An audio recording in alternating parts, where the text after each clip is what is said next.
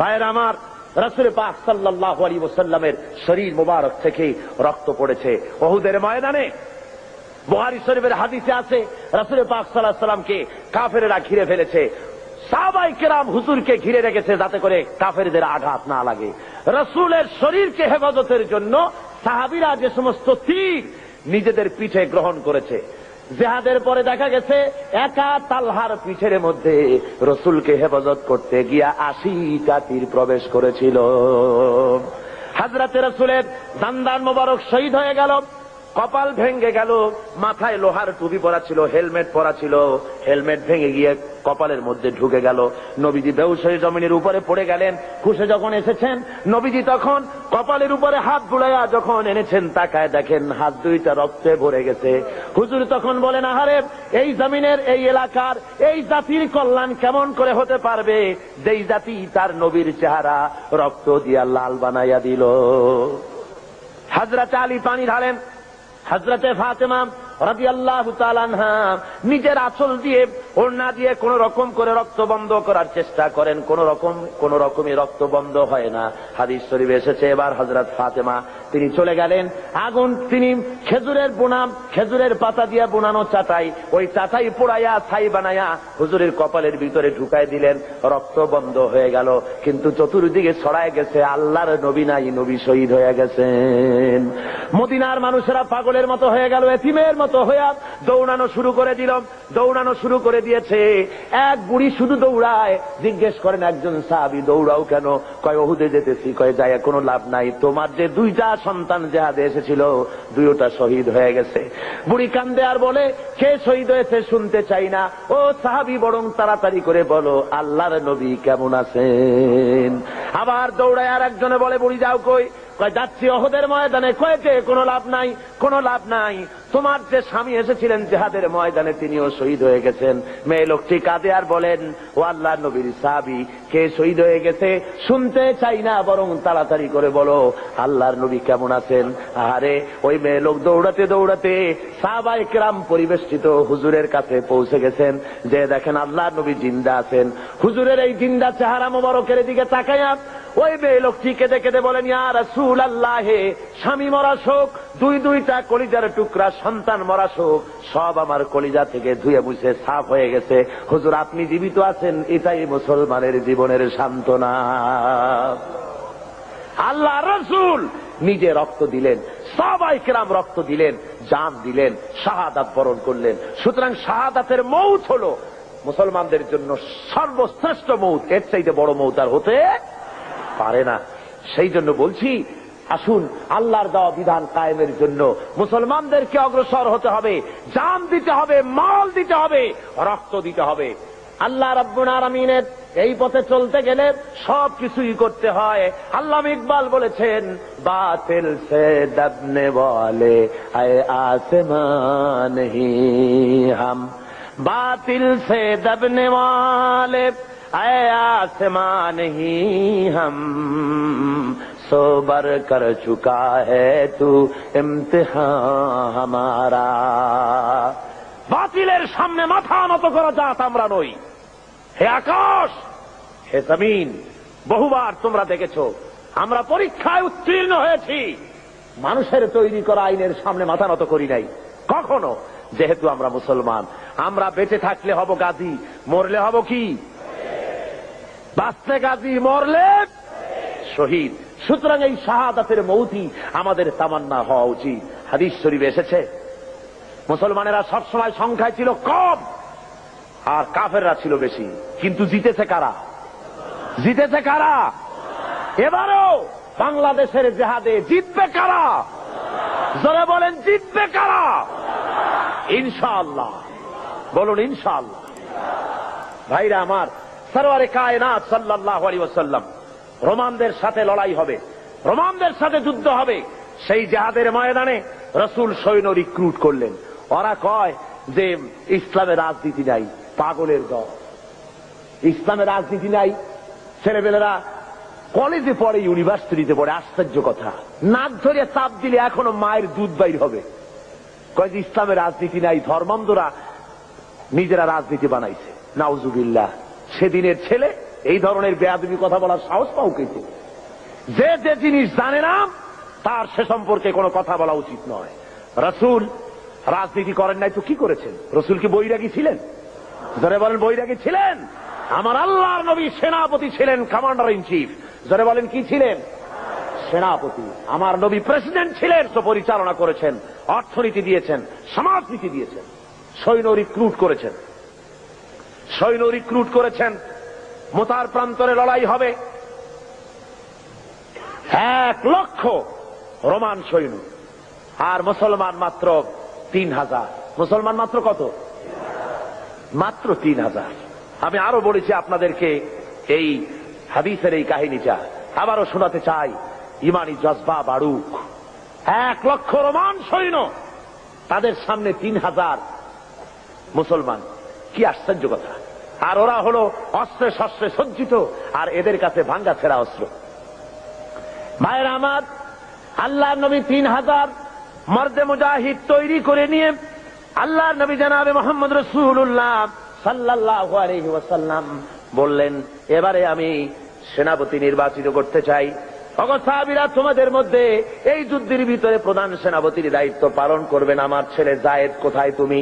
হযরত যায়েদ দাঁড়িয়ে গেলেন, ইয়া রাসূলুল্লাহ লাব্বাইকা ওয়া সাদাইক। আমি যায়েদ হাজির। যায়েদ হলেন হুজুরের কি ছেলে? পালক পুত্র। বললেন আমি উপস্থিত। হুজুর বললেন 2 নম্বরে সেনাপতির দায়িত্ব পালন করবে আমার চাচাতো ভাই হযরতে আলীর ছোট ভাই জাফর বিন আবি তালেব। কোথায় তুমি? উনিও দাঁড়িয়ে গেলেন। হুজুর বলেন 3 নম্বরে দায়িত্ব পালন করবে হযরতে আব্দুল্লাহ বিন রাওয়াহা। কোথায় তুমি? তিনিও দাঁড়ায় গেলেন।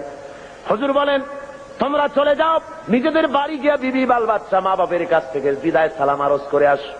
ভাইয়ের আমার, আমি বলে থাকি, এই দুনিয়ায় না জেনে হঠাৎ করে সামনের থেকে পিছন থেকে কেউ যদি গুলি খায়, এ ধরনের গুলি খেয়ে মরা হলো এক জিনিস, আর জেনে বুঝে মরা হলো ভিন্ন জিনিস। বলেন ঠিক কিনা?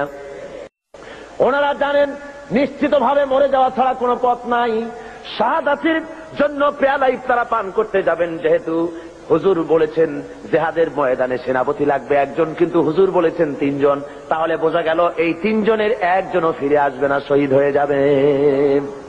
হযরতে যায়েদ দাঁড়িয়ে বলেন, ইয়া রাসূলুল্লাহ, আমার তো আর যাওয়ার জায়গা নাই, আমার তো মা বাপ নাই, আপনি আমার আব্বা, আপনি হুকুম করেছেন। আমার মা হযরত আয়েশা ঘরে বসে শুনেছেন, আমি মেনে নিলাম। আমান্না সাল্লামনা সামি'না ওয়া আতা'না। হযরতে জাফর তিনি চলে গেলেন বাড়ি। বিবিকে ডেকে বলেন, ওরে বিবি, আমার সালাম নাও, আল্লাহ নবী আমাকে সেনাপতি বানাইছেন, মুতার যুদ্ধের রোমকদের বিরুদ্ধে লড়াই করতে যাচ্ছি, সুতরাং আমি তোমার কোনো হক আদায় করতে পারি নাই। স্বামী স্ত্রী হিসাবে ঘর গৃহবাস করতে গিয়ে কোন হক যদি তোমার নষ্ট করে থাকি, আল্লাহর হস্তে তুমি আমারে মাফ করে দিও। স্ত্রী বলেন, ওগো আমার স্বামী, আল্লাহ নবী অর্ডার করেছেন, সে পথ থেকে ফিরবার কোনো ক্ষমতা আমার নাই। আমি বরং আল্লাহর কাছে দোয়া করি, রব্বুল আলামিন, আমার স্বামী জিহাদের ময়দানে যেতেছে, আমার স্বামীকে জিহাদি গাজী বানাই আমার কাছে আবার ফিরাইয়া দিও। হযরতে জাফর তরবারির উল্টা পিঠ দিয়া স্ত্রীর হাতের উপরে মৃদু আঘাত করলেন, বললেন, বিবি রে, উল্টা দোয়া করো না, তোমার উল্টা দোয়া আল্লাহ রব্বুল আলামিন কবুল করবেন না। যেহেতু নবীজি আমার নাম মাঝখানে বলেছেন, আমার আগেও একজন আছেন, পরেও একজন আছেন, আজকের তোমার সাথে এই মুহূর্তে জীবনের আমার শেষ দেখা, আর কোনদিন তোমার সাথে দেখা হবে না, তোমাকে সালাম দিয়ে যেতেছি। আমার বাচ্চা রইল, আমার বাচ্চাগুলারে দেখো, ওদেরকেও আমার এই রাস্তায় তুমি বানায়ো। হযরতে জাফর রওনা করলেন। বিবি তড়পাচ্ছে, কাটা কবুতরের মতো বিবি ছটফট করে, আর পিছনে কলিজার টুকরা সন্তানগুলি আব্বা আব্বা বলে পিছনে পিছনে দৌড়ায়। মর্দে মুজাহিদ জাফর পিছনে একবারও তাকায় দেখলেন না, কে কান্দে কে দৌড়ায়। হযরতে আব্দুল্লাহ বিন রাওয়াহা তিনি চলে গেলেন নিজের বাড়ি। ওই দিন ছিল তার বাসর সজ্জা, ওই দিন ছিল তার ফুল সজ্জার রাত, নতুন বিবাহ করেছে, বাসর সজ্জা হবে। ঘরে গিয়ে শোনে বিবি কোরআন তেলাওয়াত করতেছে।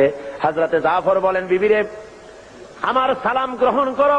হযরতে আব্দুল্লাহ বলেন, ও বিবি আমার সালাম গ্রহণ করো, তুমি কোরআন তেলাওয়াত একটু সময়ের জন্য বন্ধ করো। তোমার সঙ্গে বিয়ে হয়েছে কিন্তু আমি তোমার কোনো হক আদায় করতে পারি নাই, আমাকে তুমি আল্লাহর হস্তে মাফ করে দিও। নবীজি আমাকে সেনাপতি বানাইছেন জিহাদের ময়দানের জন্য, আমি চললাম জিহাদের মাঠে। বিবি বলে, স্বামী তুমি জানো আমি এই মদিনার এক সুন্দরী রমণী, আমিও জানি তুমি এই মদিনার সুন্দর সুপুরুষ, কিন্তু একবারও একটু দেখতে পারলাম না প্রাণ ভরিয়া। একটুখানি ঘরের মধ্যে আসো, তোমার চেহারাটা জীবনের মতো একবার দেখে নেই। স্বামী বলে, আমি ঘরের মধ্যে ঢুকবো না, ঘরের মধ্যে ঢুকতে পরে তোমার প্রতি আমার প্রেমের আকর্ষণ বাড়বে, ভালোবাসা বাড়বে। বিবি বলে, আল্লাহর কসম প্রেম নিবেদন করব না, ঘরের মধ্যে ঢুকলে পরে শুধু একটি বারের জন্য আমি চেহারাটা দেখে রাখবো, যাতে করে কিয়ামতের দিন আল্লাহর দরবারে অগণিত মানুষের মাঝে তোমারে আমি স্বামী বলে যেন গ্রহণ করে নিতে পারি। হযরতে আব্দুল্লাহ বলেন, ওগো প্রাণের স্ত্রী, যদি তাই হয় সেজন্য আমাকে দেখার কোনো দরকার নাই, আমি শহীদ হওয়ার পর যদি তুমি ধৈর্য ধারণ করে থাকো তাহলে আল্লাহ রাব্বুল আলামিন কিয়ামতের ময়দানে তোমাকে আমাকে স্বামী স্ত্রী হিসাবে পরিচয় করাইয়া দিবেন। তিনজন চলে গেলেন, 3000 সৈন্য নিয়ে চলে গেলেন তারা মুতার প্রান্তরে। 1 লক্ষ রোমান সৈন্যদের বিরুদ্ধে লড়া হলো। লড়তে লড়তে ময়দানে দেখা গেল মুসলমানেরা, হযরত যায়েদ মুসলমানদের ভিতর থেকে শাহাদাত বরণ করলেন, অনেক কাফের মারা গেল। এবার হযরতে জাফর ঝান্ডা হাতে নিয়ে সামনে অগ্রসর হতেছেন। কাফেরেরা হযরত জাফরকে ঘিরে ফেলেছে, হযরতে জাফরের বাম হাতে কোপ মেরেছে, হযরত জাফর ডান হাতে ঝান্ডা নিলেন, ডান হাতে কোপ মেরেছে। এবার দুটো হাত ঝুলে পড়লো, কাটা দুইটা হাত দিয়া ইসলামের ঝান্ডা বুকের সাথে জড়াইয়া ধরিয়া পাশের সাহাবীকে ডেকে বলে, আল্লাহর নবীর সাহাবী, নবীজিকে আমার বিদায় সালাম বলে দিও, আর নবীকে বলে দিও আল্লাহ নবীর হুকুম মোতাবেক ইসলামের পতাকা যতক্ষণ পর্যন্ত শরীরের মধ্যে রুহ ছিল আমি পতাকা মাটিতে পড়তে দেই নাই। আমার মনে হয় আমি শহীদ হয়ে যাব, যেহেতু আমার নাকের মধ্যে এখন আমি আল্লাহ পাকের জান্নাতের সুঘ্রাণ পেতেছি। ভাইয়ের আমার, হযরতে জাফর শহীদ হয়ে গেলেন। এরপরে হযরতে জাফর শহীদ হওয়ার পর হযরতে আব্দুল্লাহ এবং হযরত আবু উবায়দা দুইজনে এলেন এই পতাকা ধারণ করার জন্য। কয় আমরা গেলাম পতাকা আনতে, দূর থেকে দেখি পতাকা উঠতেছে, মনে মনে ভাবলাম এই পতাকা কে উড়ায়, কে ওখানে, আমাদের আগে কে গেল। যায়া দেখি হযরতে জাফরের হাত পাও গুলো ওরা কেটে ফেলেছে কাফেরেরা, ডান হাত কেটে একদিকে ফেলেছে, বাম হাত আর একদিকে, 2 পা কেটে 2 দিকে ফেলে দিয়েছে, দেহটা একদিকে ফেলে দিয়েছে, আর শুধু মাথা শুধু কল্লাম একদিকে পড়ে থেকে ইসলামের পতাকা কামড়াইয়া ধইরা উঁচা করে রেখে দিয়েছেন।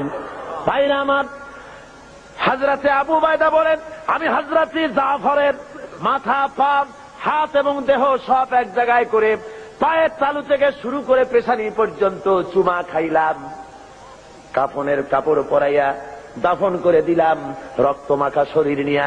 যেহেতু যারা শহীদ হয়ে যায় তাদেরকে গোসল করানো হয় না, অমিয়া শহীদ হওয়া বড় সোজা ব্যাপার না, কঠিন ব্যাপার।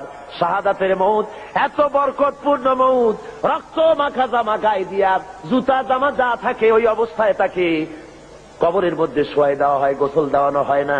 যেহেতু কবি বলেছেন, বামা হাসার গার খোদা পুরসিদ বাগুয়াম দার জবাবে ও শহীদে খঞ্জরে ইশকাত গওয়াহি আকাফন্দারাম।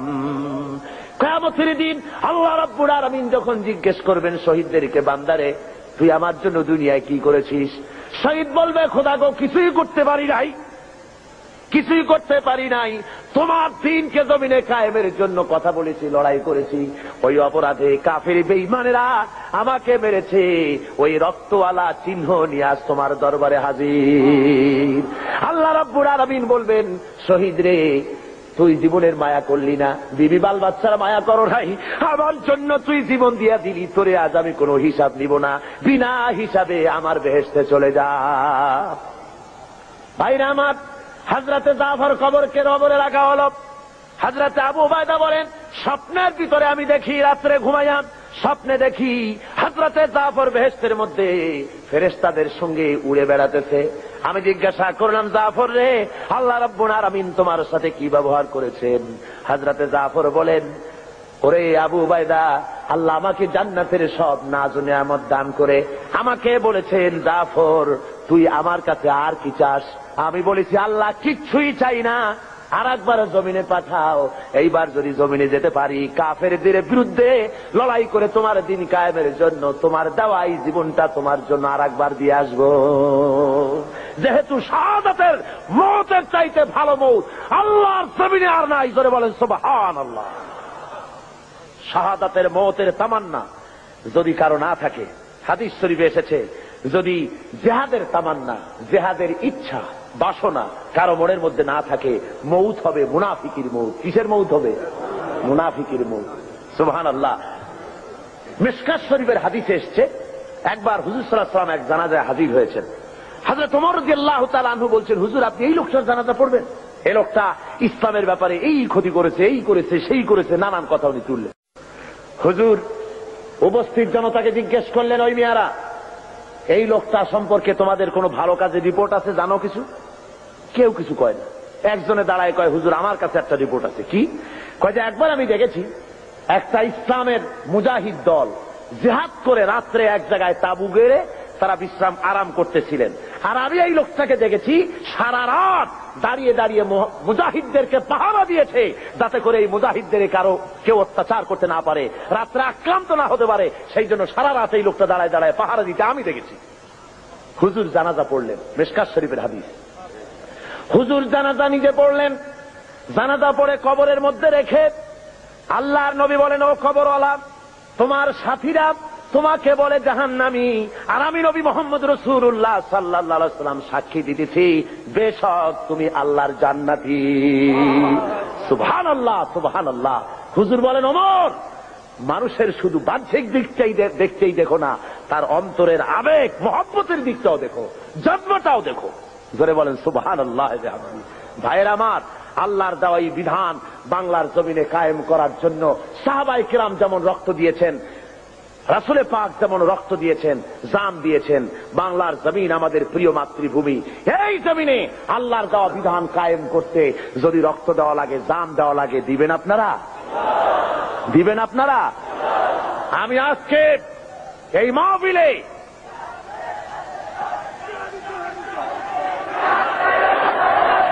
আমি আপনাদের বলতে চাই, বাংলাদেশে আল্লাহ যদি মেহেরবানি করেন ইলেকশন আসতে পারে, পারে না? পারে কিনা? আল্লাহ মেহেরবানি করলে ইলেকশন আসবে, কিন্তু সেই ইলেকশন আসলে পরে গণতান্ত্রিক পদ্ধতিতে আল্লাহর দ্বীন কায়েম হওয়ার পথ আছে, সুযোগ আছে। যে কোন আদর্শকে সফলতার শীর্ষে পৌঁছে দেওয়ার জন্য দুইটা পথ, একটা বিপ্লব আর একটা হলো গণতন্ত্র। বিপ্লবের পথ রক্ত পিচ্ছিল, আর গণতন্ত্রের পথ সহজ এবং সাবলীল। আমাদের দেশে গণতন্ত্রের পরিবেশ আছে, আছে না? গণতন্ত্রের পরিবেশ আছে। এই গণতান্ত্রিক পরিবেশে যদি গণতন্ত্র আসে, ইলেকশন যদি হয়, তাহলে এবারের ভোটগুলি যাবে কোথায়? কাদের কাছে যাবে? ধরে বলেন, ইসলামের কাদের কাছে দিবেন? কিন্তু বসন্তের কোকিল আছে এক রকমের। বসন্তের কোকিল চেনেন? নাম শুনছেন, চেনেন না। বসন্তের কোকিল কারে বলে? সারা বছরে খোঁজ নাই, বসন্তের সময় কু কু করে, ঠিক কিনা? ইলেকশন আসতে পরে এক শ্রেণীর হুজুর আসবেন, সারা বছর রাজনৈতিক ময়দানে নাই, জেলে নাই, জরিমানায় নাই, কোথাও নাই। অতদলীয় মোর্চা, অতদলীয় নেতা, লোক নাই, জন নাই, এসে পাগড়ি মাথায় দিয়ে বলবে, ইসলাম গেল, আসুন আপনারা সবাই ভোট দিয়ে আমারে প্রেসিডেন্ট বানায় দেন। এরকম হুজুর, এ ধরনের পীর সাহেব, এ ধরনের কোন মৌলানা সাহেব দাঁড়াই দিতে পারে, আমারে ভোট দেন। এখন বলেন, যে লোকটার কোনো অফিস নাই, লোক নাই, কর্মী নাই, কিছু নাই, ইলেকশনের জন্য দাঁড়াইলো, আপনি বরকতের জন্য ভোট দিলেন, ইসলামের ভালো হবে না ক্ষতি হবে? জোরে বলেন, কি হবে? এই নেতা তো হুজুর সাল্লাল্লাহু আলাইহি ওয়াসাল্লামকে বানাইতে চাইছিল আবু জেহেল। নেতারা বানাইতে চাইছিল, হুজুরকে নেতৃত্ব দিতে চাইছিল না? হুজুর নেতৃত্ব নিয়েছিলেন? কেন নেন নাই? হুজুর বুঝেছিলেন, এখন যদি আমি প্রেসিডেন্ট হই, তাহলে আবু জাহেল হবে কি প্রধানমন্ত্রী, ইসলামের সর্বনাশ হয়ে যাবে। লোক বানাইছেন 13 বছর বসে। সুতরাং ওই সমস্ত লোক ইলেকশনের সময় ময়দানে আসবে, যাদের লোক নাই, জন নাই, অফিস নাই, সারা দেশে কেউ নাই, ঢাল নাই, তরবারি নাই, নিদিনাম সর্দার।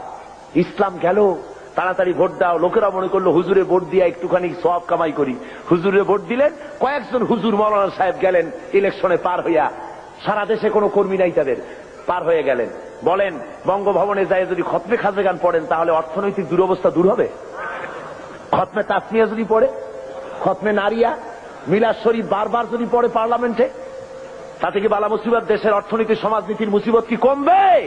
কমবে না, বরং সেখানে আপনাকে এই কাজ থেকে আপনাকে বিরত থাকতে হবে, দেখতে হবে কারা দাঁড়িয়েছে। অনেকে আমাকে বলেন হুজুর বলেন তো ইসলামের কথা, কিন্তু দল তো অনেক, কোন দলে যাব? ইসলামের নামে কত দল, কোন দলে যাব? আমি জিজ্ঞেস করি দল বলতে বোঝেন নাকি? দল মানে কি? বেবি ট্যাক্সি মার্কা দল, টেম্পু মার্কা দল, রিক্সা মার্কা দল, একটা ড্রাইভার, তারপর পিছনে দুইটা প্যাসেঞ্জার, অর্থাৎ একজন প্রেসিডেন্ট, একজন সেক্রেটারি, একজন ট্রেজারার, একজন ক্যাশিয়ার, বাস এই তিনজনের পার্টি। সারা দেশে অফিস নাই, লোক নাই, জোন নাই, এগুলো দল হইল? জোরে বলেন এগুলি দল হলো? অমুক ইসলাম তমুক ইসলাম দিল একটা নাম দিয়ে জনমের মতো। ইলেকশন আসলে পরে প্রেসিডেন্টের কাছ থেকে, সরকারের কাছের থেকে টাকা খাইয়া ইলেকশনের জন্য দাঁড়ায় যায় পাগল ছাগল। ঠিক কিনা কন? জোরে বলেন সত্য কিনা? আমি বলি মিয়া, দল যদি দেখতে হয়, অনেকে বলে যে কোন দলে যাব, তা আমি বলি যে বাজারে যখন ইলিশ মাছ কিনতে যান, ইলিশ মাছ কি শুধু এক দোকানে পাওয়া যায় না অনেক দোকানে পাওয়া যায়? তো আপনি অনেক দোকানে ইলিশ আছে বলে বাড়ি যেয়ে বলেন নাকি বউকে যে বাজারে তো গেছিলাম মাছ কিনতে, কিন্তু ইলিশ পাওয়া যায় বহু দোকানে, রাগ করে কোনো দোকান দিয়ে কিনি নেই। এটা কথা হলো? বরং আপনি কিনবেন ইলিশ টাটকা এবং পচা না, এরকম দেখে যার দোকানে পাওয়া যায় সেইটাই কিনবেন। ঠিক কিনা? দল আপনাকে অবশ্যই করতে হবে। কোনটা করবেন সে আকল আপনাকে আল্লাহ দিয়েছেন। দল বলা হয় তাদেরকেই, ইসলামী দল দাবি করতে তারাই পারে যাদের কর্মী বাহিনী ছড়িয়ে আছে রাজধানী থেকে শুরু করে প্রত্যন্ত অঞ্চল পর্যন্ত। ঠিক কিনা কন? যারা ছাত্রদের ভিতরে কাজ করে, ইসলামের আওয়াজ তুলেছে ছাত্রদের ভিতরে, আওয়াজ তুলেছে শ্রমিকদের মধ্যে, আওয়াজ তুলেছে নারীদের মধ্যে, আওয়াজ তুলেছে অমুসলিমদের মধ্যে, আওয়াজ তুলেছে কল কারখানা, সেক্রেটারিয়েট, বঙ্গভবন, ক্যান্টনমেন্ট, সর্বত্র ইসলামের আওয়াজ তুলেছে। আর মানুষের চিন্তা শক্তির পরিশুদ্ধির জন্য অগণিত ইসলামী সাহিত্যের ভান্ডার, সাহিত্য সম্ভার দিয়ে গোটা দেশকে ছেড়ে ফেলেছে। তার নাম ইসলামী আন্দোলন। জোরে বলেন ঠিক কিনা? এই আন্দোলন কোনটি তা বোঝার মতো আকল আপনাদের থাকা উচিত, এবং সেই দলে শরীক হয়ে আল্লাহর দেওয়া বিধান বাংলার জমিনে প্রতিষ্ঠা করার দৃঢ় শপথে উজ্জীবিত হতে হবে। আজকের মুসলমানদেরকে রাজি আছেন? জোরে বলেন রাজি আছেন? তাহলে আজ এই মাহফিলে NSI, IB, SB, DFI, army intelligence, গভর্নমেন্টের গোয়েন্দা বিভাগের কেরামন কাতিবিন ভাইরা সব আছেন। ঠিক কিনা? সব আছে, কিন্তু দুর্ভাগ্য জাতীয় পত্রিকার সাংবাদিকগুলি আসেন না। ওই 2000-2500 লোকের বিশাল জনসভায় হাজির, ছবি টবি সব ঠিক মতো দেওয়া যায়, এটা দেওয়া যায় না। তার কারণ হলো এখানে যেসব কথা বলা হয় তা তাদের কিছুটা অসুবিধা। আমরা দোয়া করব আল্লাহ যেন এই অসুবিধা তাদের কাটায় ওঠার তৌফিক দেন। জোরে বলেন আমিন। এই বিশাল জনসমুদ্র গভর্নমেন্টের আইবি দেখে রাখো, এসবি, ডিএফআই দেখে রাখুন। এই বিশাল জনতা কি চায়? এই দেশের বুকে যারা ইসলাম চান, কোরআন ও সুন্নাহর আইন যারা চান, শুধুমাত্র সেই মুমিনেরা হাত তুলবেন, আর কেউ না। কোন মুনাফিক হাত তুলবেন না, এখন না, এখন না। কোন মুনাফিক হাত তুলবেন না, আল্লাহর কাছে দায়ী হয়ে যাবেন। যারা চান বাংলার জমিনে দিন কায়েম হোক এবং বসে থাকবেন না, ইসলামী আন্দোলনে শরীক হবেন আজকের থেকে, সেই সব মুমিনেরা হাত তুলবেন। একটা স্লোগান দিবেন এমন যে স্লোগান দিল্লির উপর থেকে মদিনা মুনাওয়ারা হয়ে আরশে আজিমে চলে যায়। পারবেন? কেউ মনে করবেন না আমি গভর্নমেন্ট হাই অফিসিয়াল, আমি একজন গভর্নমেন্টের বড় অফিসার, আমি যদি হা করে আল্লাহু আকবার বলি তাহলে আমার প্রেস্টিজ হ্যাম্পার করবে। থামুন, কোন মৌলানা সাহেব মনে করবেন না, থামো, কোন মৌলানা সাহেব মনে করবেন না আমি যদি হা করে তাকবীর দেই তাহলে আমার প্রেস্টিজ কনসার্ন হবে। এ ধরনের অসুবিধা হবে কারো? আলেম, পীর, বুজুর্গ, অফিসার, শিক্ষক, ছাত্র, শ্রমিক, মেহনতি জনতা, সমস্ত মানুষ এক মুহূর্তের ভিতরে গায়ের সমস্ত শক্তি গলার কাছে নিয়ে আসেন। জীবনের শ্রেষ্ঠ একটি স্লোগান দিবেন, সারা জীবনের শ্রেষ্ঠ একটি স্লোগান। এমন জোরে আওয়াজ তুলবেন কাফেরের কলিজা থরথর করে কাঁপবে। মুনাফিকি ছেড়ে দিয়ে ইসলামের কোলে চলে আসবে। পারবেন না? দুহাত উঁচু করে সিংহের মতো গর্জে উঠবেন, আকাশ বাতাস মথিত করে আওয়াজ চলে যাবে আরশে আযীমে। জোরে সরে দুহাত উঁচু করে সমগ্র শক্তি নিয়ে বলেন, নারে তাকবীর। আরো জোরে, নারে তাকবীর। দিন ইসলাম, দিন ইসলাম। বাংলাদেশ, বাংলাদেশ। পুরান হাদিস, পুরান হাদিস। ইসলামী সমাজ ব্যবস্থা, ইসলামী সমাজ ব্যবস্থা। আল কোরআনের আলো ঘরে ঘরে জালো। সারা বিশ্বের মুসলমান নারে তাকবীর। আরো জোরে নারে তাকবীর। এক মুহূর্তে বসে পড়ুন, এক সেকেন্ডের ভিতরে বসে পড়ুন। জোরে সরে জিকির করেন, লা ইলাহা ইল্লাল্লাহ।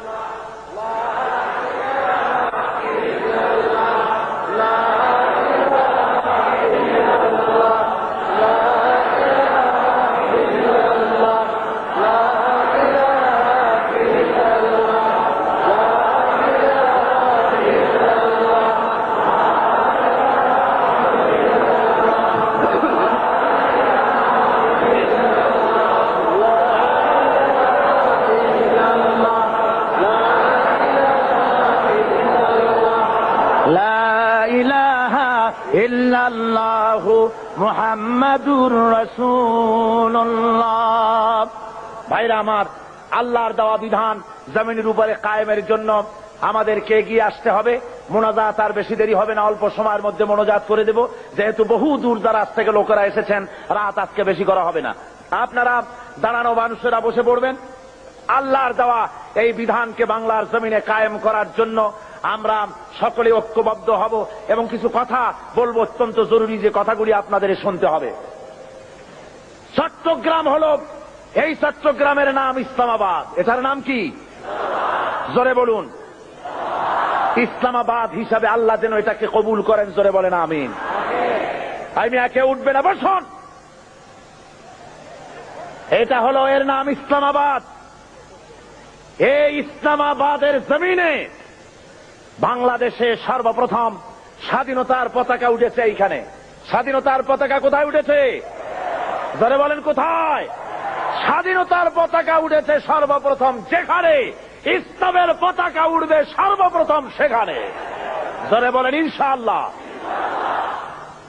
আজ আমাদের দেশে আমাদের বর্তমান সরকার, আমাদের বলতে হয়, সরকারের কাছে দাবি জানাচ্ছি, আমাদের ছেলেগুলিকে খারাপ বানাবেন না। আমাদের ছেলেগুলি খারাপ বানিয়ে দেওয়া হচ্ছে না, বলুন। ছেলেগুলিকে খারাপ বানিয়ে দেওয়া হচ্ছে। আমাদের ইউনিভার্সিটিগুলি সর্বনাশ করে দেওয়া হলো। ইউনিভার্সিটিগুলিতে অস্ত্র আমদানি করা হয়েছে। চট্টগ্রাম ইউনিভার্সিটি, আমি গত দ্বিতীয় দিনে বলেছি আপনাদের সামনে, চট্টগ্রামের একটি বিরাট গৌরব। জোরে বলেন ঠিক কিনা?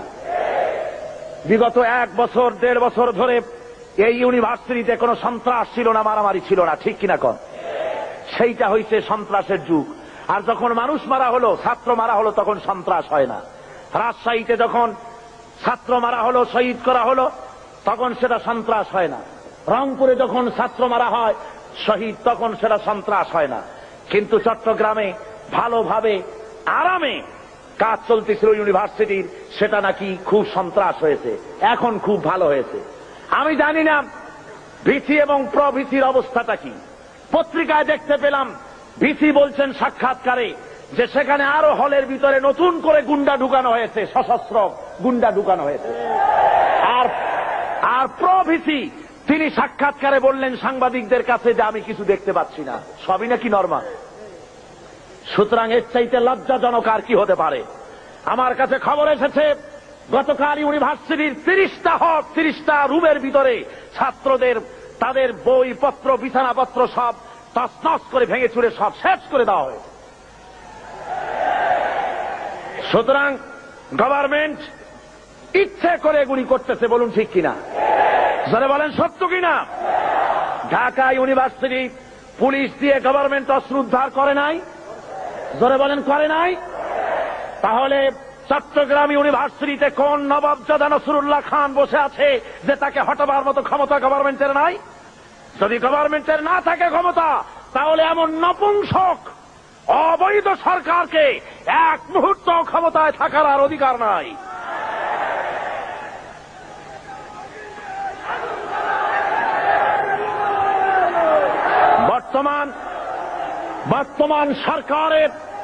বর্তমান সরকারের ছত্র ছায়ায় সরকারের মদতপুষ্ট হয়ে কমিউনিস্টরা হাইজ্যাক করেছে হলগুলি। সেখানে ইউনিভার্সিটি খুলে দিলে পরে আপনারা বিশ্বাস করুন রক্তের গঙ্গা বইয়ে যাবে। ওরা অস্ত্র নিয়ে লোক ঢুকায়েছে, সাধারণ ছাত্র ছাত্রীদেরকে তারা জবাও করবে। এ কমিউনিস্টরা ইসলামের দুশমন, বাংলাদেশের দুশমন। বাংলাদেশের বুকে 10 কোটি তৌহিদি জনতার দেশে কমিউনিস্টদের রাজনীতি করার কোন অধিকার নাই। সুতরাং গভর্নমেন্ট যদি পুরুষ হন, মুনাফেক যদি না হন, তাহলে আগামীকাল ইউনিভার্সিটি ঘেরাও করে পুলিশ মিডিয়া ঢুকিয়ে দিয়ে অস্ত্র উদ্ধার করে শিক্ষার পরিবেশ তৈরি করুন। এ দাবি আজকে তাফসিরের মাহফিল থেকে আমরা তুললাম। কি বলেন আপনাদের সকলের দাবি না? আল্লাহ রাব্বুল আলামিন আমাদের সকলকে এই রাস্তার উপরে পরিচালিত হওয়ার তৌফিক দান করুন, যেন তার দ্বীনকে আমরা যেন এগিয়ে নিয়ে যেতে পারি এবং সত্যিকারের মুসলমান হতে পারি। জোরে বলেন আমিন।